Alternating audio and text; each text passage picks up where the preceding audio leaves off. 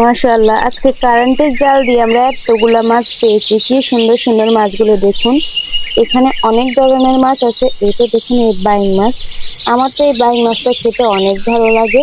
আর দেশি বাইং মাছ বলে কথা, এই মাছগুলো রান্না করলে কিন্তু অনেক মজা হয়।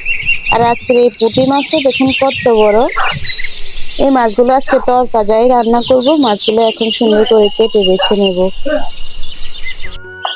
সবার প্রথমে এই পুঁটি মাছটা কাটবো। পুঁটি মাছটা দেখতে কিন্তু অনেক সুন্দর আর বড় সাইজেরও আছে।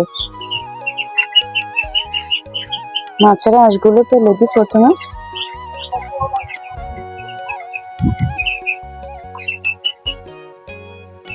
এইভাবে একটা একটা করে সবগুলো মাছ কেটে নেব।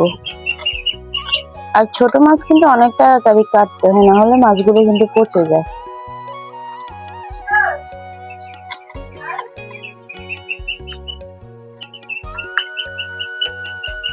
মাছের পেটে ডিম হয়েছে কিনা দেখি।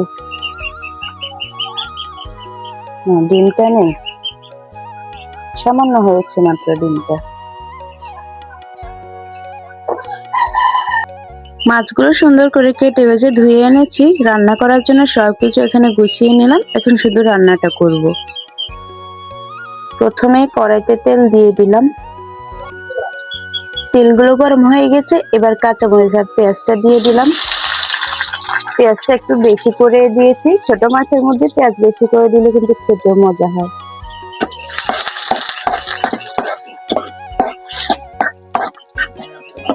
এবার দিয়ে দিচ্ছি রসুন বাটা।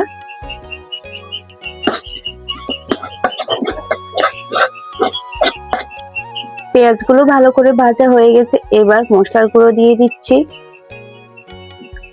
লবণ, হলুদ, মরিচ, এরপর জিরা, সবকিছু দিয়ে দিলাম একসাথে।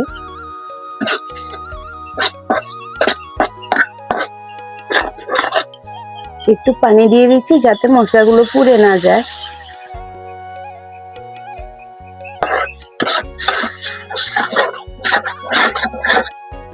মশলাটা সুন্দর করে কষানো হয়ে গেছে। এবার মাছগুলো দিয়ে দেব। এবার মাছগুলো দিয়ে দিলাম। আস্তে আস্তে এখন মাছগুলো নেড়ে ছেড়ে দিব যাতে ভেঙে না যায়।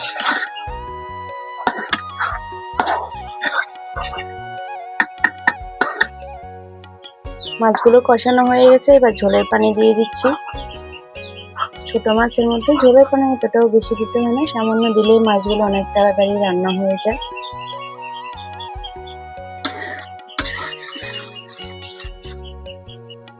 এখন আর তেমন কোনো কাজ নেই, শুধুমাত্র ঢাকনা দিয়ে ঢেকে দিলে কতক্ষণ রান্না করলে মাছগুলো হয়ে যাবে। মাছ রান্নাটা হয়ে গেছে। এবার ধনিয়া পাতা দিয়ে দিচ্ছি। একদম শুকনো শুকনো করে রান্নাটা করেছি। আর মাঝখানে দুইটা হাঁসের ডিম এখানে ভেঙে দিয়েছি। তো এই তো ছোট মাছ রান্নাটা শেষ হয়ে গেছে। আমার আজকের ভিডিওটা কেমন লাগলো অবশ্যই কিন্তু কমেন্ট করে জানাবেন। ভিডিওটা এই পর্যন্তই। আল্লাহ হাফেজ।